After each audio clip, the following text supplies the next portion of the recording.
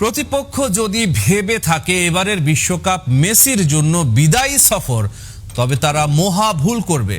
Lionel স্কালোনির ঠান্ডা মাথার সুপরিকল্পিত blueprint. Scaloni তার মাঠের প্রধান চালিকা শক্তি বা কোয়ার্টার ব্যাককে ঘিরে রেখেছেন এক অক্লান্ত বায়োলজিক্যাল ইঞ্জিন বা শারীরিক শক্তির জেনারেটর দিয়ে। মাঝ মাঠের এই জালটি এমনভাবে বোনা হয়েছে যা প্রতিপক্ষের খেলাকে শ্বাসরোধ করে দেবে এবং বিধ্বংসী 3 সেকেন্ডের কাউন্টার প্রেস চালু করবে, যা প্রতিপক্ষের অগোছালো রক্ষণ ভাগকে ছিন্ন ভিন্ন করে দেবে। প্রথম বাঁশি বাজার মুহূর্ত থেকেই বিশ্ব চ্যাম্পিয়নরা মাঠে কাজ করবে একটা টেলিপ্যাথিক ইউনিট বা একে অপরকে বুঝতে পারা এক জাদুকরী দল হিসেবে। স্কালোনি কাতারে বিশ্বজয়ী দলের 17 জনকে ধরে রেখেছেন যারা জানে কিভাবে জিততে হয়। একই সাথে স্কোয়াডে ইনজেক্ট করে দিয়েছেন এক ঝাঁক ক্ষুধার্ত নির্মম নিউ ব্লাড, যারা মাঠের ঘাস কামড়ে ধরে প্রতিপক্ষকে ছিঁড়ে ফেলতে প্রস্তুত।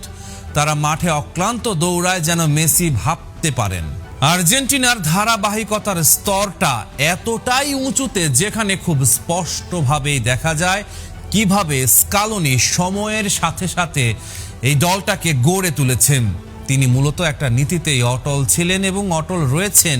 মেসি আমাদের ম্যাচ জিতিয়ে দেবে, আর তার চারপাশের বাকি সবাইকে মেসির জন্য মাঠে জান প্রাণ দিয়ে দৌড়াতে হবে। এবারও তারা ঠিক একই কাজ করতে যাচ্ছে। লিওনেল মেসি তার দেশকে নেতৃত্ব দিচ্ছেন রেকর্ড গড়া 6ষ্ঠ বিশ্বকাপ অভিযানে। কিন্তু প্রতিদ্বন্দ্বী কোচরা যদি 1 সেকেন্ডের জন্য ধরে নেন যে আর্জেন্টাইন ক্যাপ্টেন কেবলই অতীত ঐতিহ্যের প্রতীক হিসেবে উপস্থিত আছেন, তবে তারা সরাসরি একটা ফাঁদে পা দিতে যাচ্ছেন। ক্যারিয়ারের এই পর্যায়ে এসে শীর্ষ ফুটবল বিশ্লেষকরা আঙুল দিয়ে দেখিয়ে দিচ্ছেন মেসি আসলে আমেরিকান ফুটবলে এক দীর্ঘমেয়াদী চাল খেলেছেন। মেজর লিগ সকারে ইন্টার মায়ামিতে তার এই হাই প্রোফাইল দল বদল কখনোই কোনো আগাম অবসর ছিল না। এটা ছিল শরীরকে কন্ডিশনিং বা ফিট রাখার এক সুপরিকল্পিত মাস্টার স্ট্রোক। উত্তর আমেরিকান সিস্টেমে প্রতিদ্বন্দ্বিতা করে সুনির্দিষ্ট আন্তর্জাতিক উইন্ডোগুলোতে ইচ্ছাকৃতভাবে বিশ্রাম নিয়ে এবং ঘরোয়া ম্যাচগুলোতে গোল ও অ্যাসিস্টের অসাধারণ আউটপুট দিয়ে আধিপত্য বজায় রেখে তিনি তার বায়োলজিক্যাল ক্লক বা জৈবিক ঘড়ি এবং শারীরিক ফিটনেসকে বিশ্বকাপের সুনির্দিষ্ট আবহাওয়া, উচ্চ আর্দ্রতা এবং দীর্ঘ ভ্রমণের ক্লান্তিকর চাহিদার সাথে নিখুঁতভাবে সেট করে নিয়েছেন। স্কালোনি খুব ভালো করে বোঝেন যে প্রতিপক্ষকে ধ্বংস করার জন্য মেসিকে প্রতি ম্যাচে 10 কিলোমিটার দৌড়ানোর কোনো প্রয়োজন নেই। প্রকৃতপক্ষে তিনি রক্ষণাত্মক কাজের জন্য যত কম দৌড়াবেন, আক্রমণের শেষ প্রান্তে তিনি তত বেশি মারাত্মক হয়ে উঠবেন। কাগজে কলমের 4-3-3 কিংবা চিরাচরিত 4-4-2 ফরমেশন দেখে যদি আপনি মনে করেন আর্জেন্টিনার রণকৌশল বুঝে ফেলেছেন, তবে আপনি এক গোলক ধাঁধায় হারিয়ে গেছেন। কারণ আধুনিক ফুটবলের সবচেয়ে বড় বিভ্রমের নাম স্কালোনির আর্জেন্টিনা। মাঠের ওই অঙ্কগুলো কেবলই চোখের পলক। আসল সত্য লুকিয়ে আছে এক বিমূর্ত, গতিশীল এবং জাদুকরী দর্শনে, যার নাম functional fluidity. Defensive mid block. Football মাঠে যখনই আর্জেন্টিনা বলের নিয়ন্ত্রণ হারায়, তখনই তাদের ভেতরের রূপটা বদলে যায় চোখের পলকে। কোনো তাড়াহুড়ো নেই, কোনো বিশৃঙ্খলা নেই। মুহূর্তের মধ্যে তারা নিজেদের গুটিয়ে নেয় এক ইস্পাত কঠিন, জমাটবদ্ধ এবং প্রতিপক্ষের জন্য চরম হতাশাজনক এক মিড ব্লকে। এই ডিফেন্সিভ স্ট্রাকচার বা রক্ষণাত্মক প্রাচীর যেন এক অভেদ্য দুর্গ। তারা প্রতিপক্ষের খেলোয়াড়দের লাইনের মাঝে এক চিলতে জায়গাও দেয় না। মাঝ মাঠের পাসের করিডরগুলো এমনভাবে সিলগালা করে দেওয়া হয় যে প্রতিপক্ষ দলগুলো কেবলই নিরুপায় হয়ে বল ডানে বা বামে কিংবা পেছনে পাস করতে বাধ্য হয়। এই কাঠামোগত শৃঙ্খলাই হলো মূল চাবিকাঠি, যার কারণে বিশ্ব ফুটবলের আর যে কোনো শক্তিশালী দলের চেয়ে আর্জেন্টিনা প্রতি ম্যাচে গোল পোস্টে সবচেয়ে কম শটের মুখোমুখি হয়।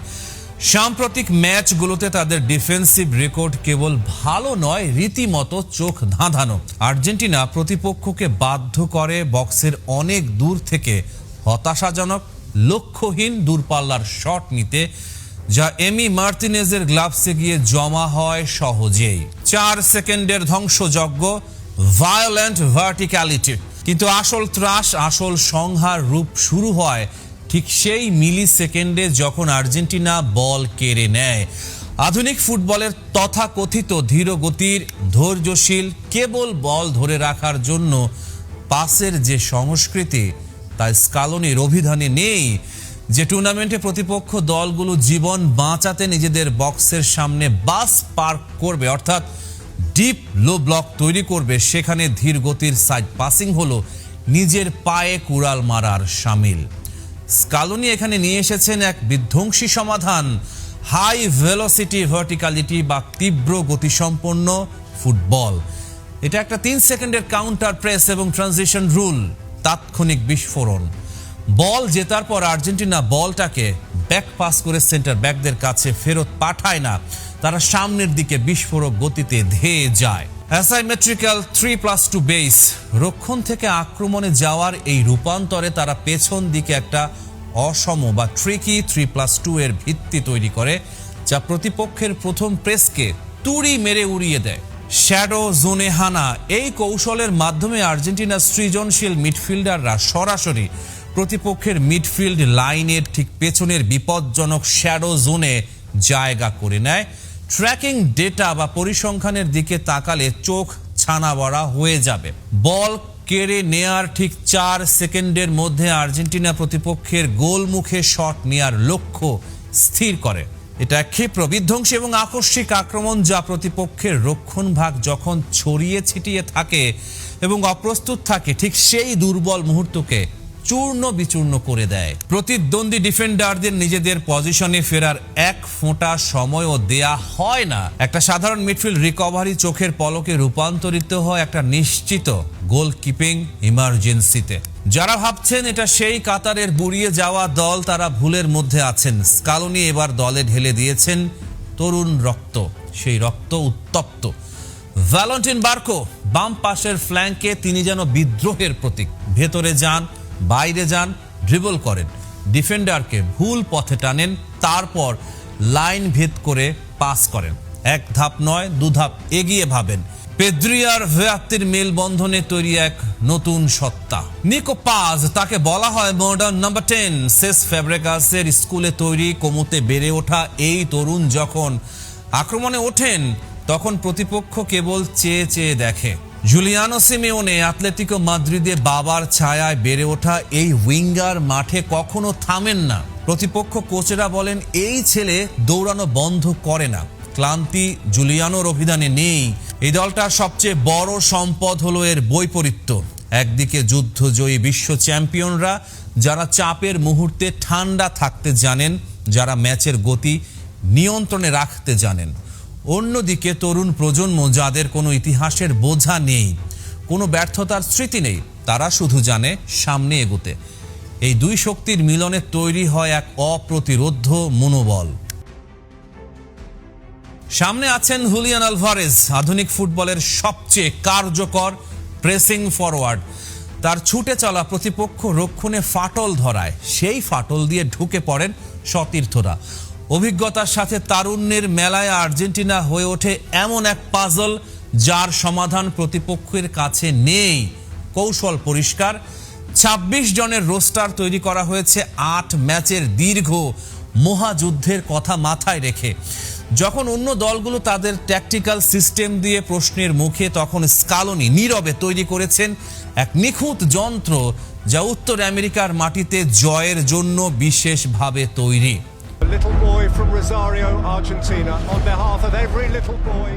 একটা মানুষ মাঠে হাঁটছে, দৌড়াচ্ছে না, ছুটছে না, শুধুই হাঁটছে, আর সেই মানুষটাকে থামাতে পারছে না কেউ। লিওনেল মেসি, যার পায়ে বল গেলে বিপক্ষ দলের ডিফেন্ডারদের চোখে অন্ধকার নামে। কিন্তু আজকের মেসি আর সেই মেসি নেই। মহাতারকা এখন মাঠে হাঁটেন, ঘোরেন, এদিক ওদিক তাকান। সমালোচকরা বলেন মেসির বয়স বাড়ছে, কিন্তু এখন সবাই বুঝে গেছে এটা মাথার খেলা। মেসি দৌড়াচ্ছে না কারণ তার দরকারই নেই, মায়েস্ত্রো মাথায় খেলছে, পায়ে নয়। বয়স বাড়ছে, শরীর বলছে এত দৌড় আর হবে না। মেসি শুনলো কিন্তু মাথা নোয়ালো না। মহাতারকা হয়ে উঠলেন এনগানচে। আর্জেন্টাইন ফুটবলের একটা বিশেষ ভূমিকা, যে নিজে কম গোল করে কিন্তু অন্যদের দিয়ে গোল করায়। নিজে জ্বলে না, অন্যদের আলো দেয়। এই সময়ে মেসি শিখলো কিভাবে একটা দলকে কাঁধে নিতে হয়। শিখলো যে মহত্ব মানে শুধু একা খেলা নয়, মহত্ব মানে দলকে মহৎ করা। মেসি দলের কোয়ার্টারব্যাক, আমেরিকান ফুটবলের মতো, যে নিজে সব করে না কিন্তু কে কোথায় যাবে, কখন পাস দিতে হবে, কখন দৌড়াতে হবে, সব সিদ্ধান্ত তার মাথায়।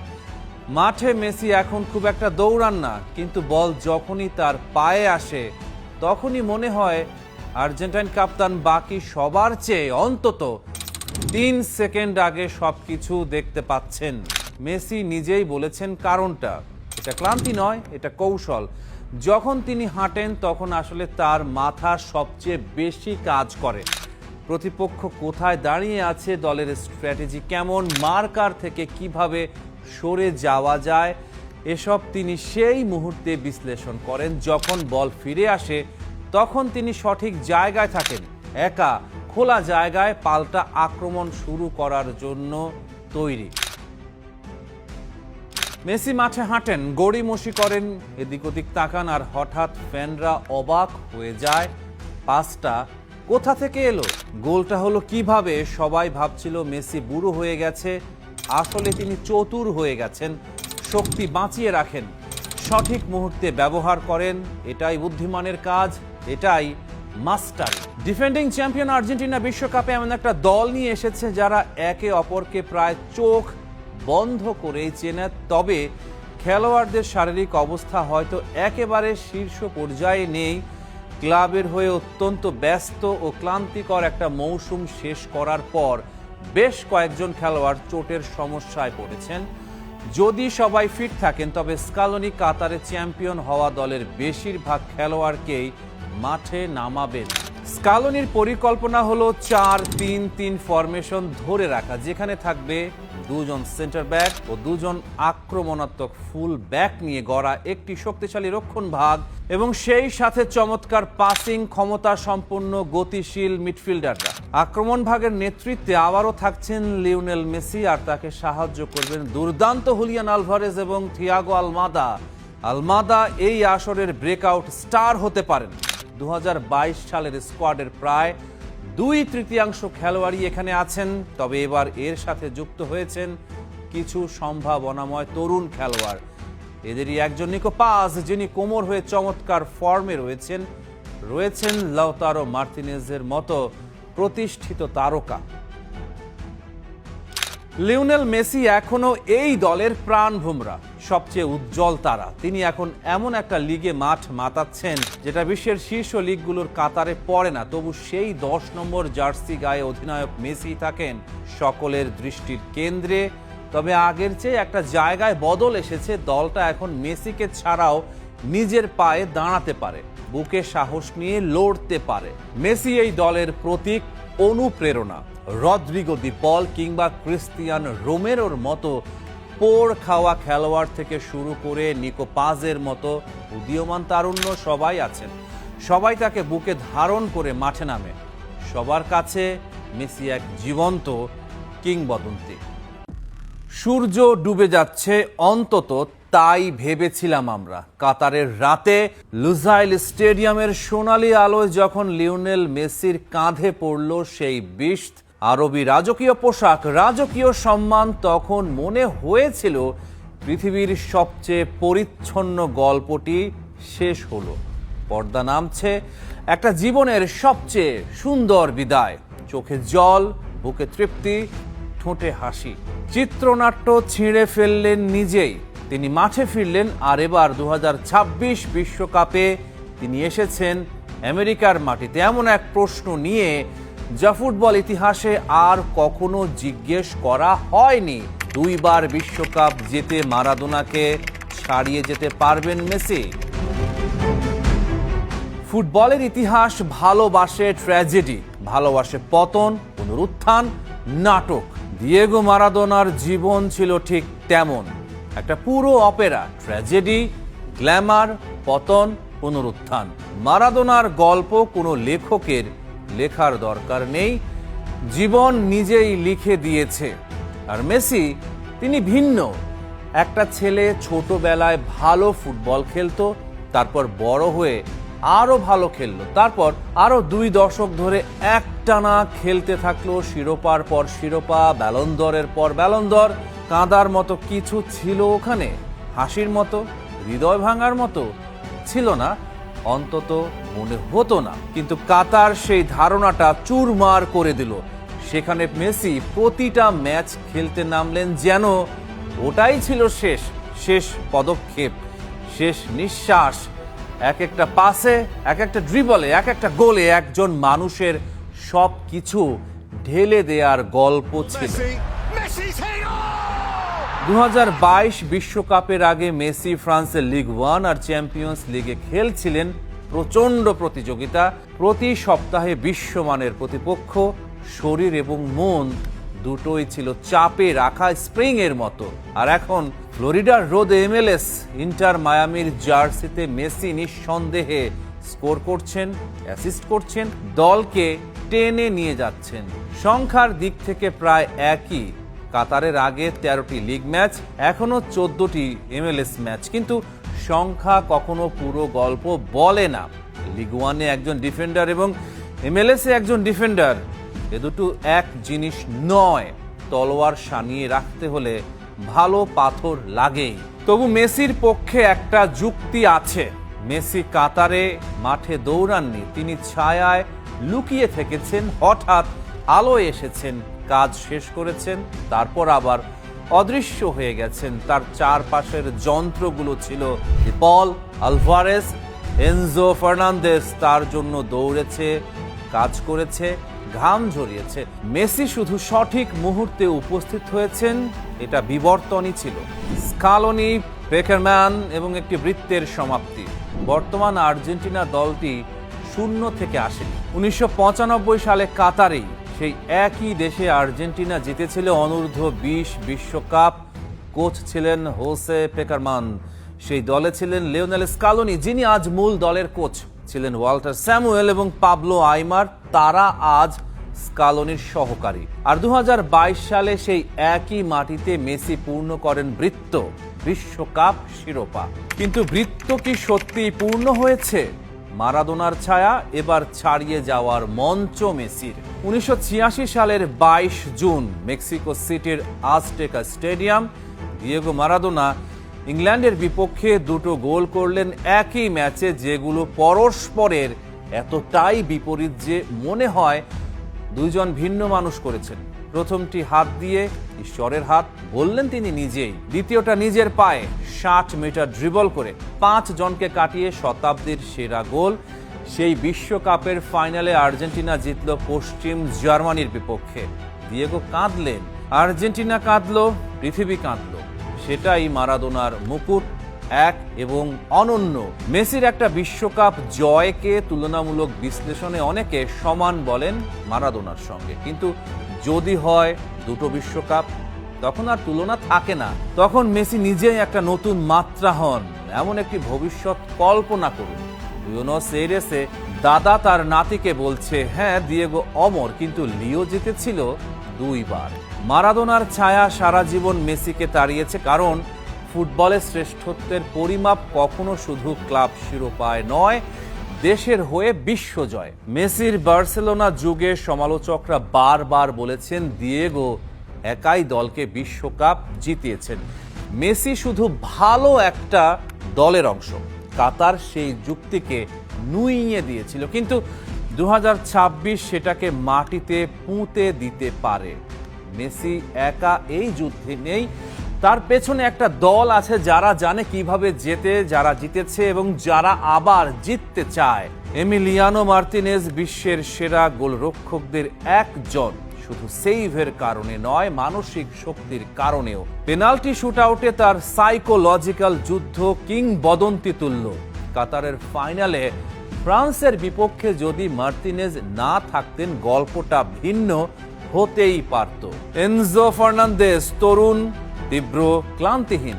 চেলসিতে তার প্রিমিয়ার লিগের অভিজ্ঞতা তাকে সানিয়ে রেখেছে। হুলিয়ান আলভারেজ, যিনি কাতারে মেসির ছায়ায় থেকেও এমন পারফরম্যান্স করেছেন যা যে কোনো টুর্নামেন্টে স্মরণীয় হয়ে থাকার যোগ্য। আর মাথার ওপর আছেন লিওনেল স্কালোনি, এমন একজন কোচ যিনি প্রমাণ করেছেন কৌশল, বিশ্বাস আর সঠিক মানুষকে সঠিক জায়গায় রাখার ক্ষমতা দিয়ে বিশ্বকাপ জেতা যায়। যে বয়সে অন্যরা অবসর নেয়, মেসি তখনও স্কোর করছেন। যখন বলা হয়েছিল পিএসজিতে তিনি ব্যর্থ, তখনই ফিরে এলেন এবং আর্জেন্টিনাকে বিশ্ব চ্যাম্পিয়ন করলেন। যখন বলা হয়েছিল বয়স তাকে গ্রাস করছে, তখন তিনি কাতারে সেরা পারফরম্যান্স দিলেন। কাতার ছিল হয়তো মহান পরিণতির প্রথম অধ্যায়।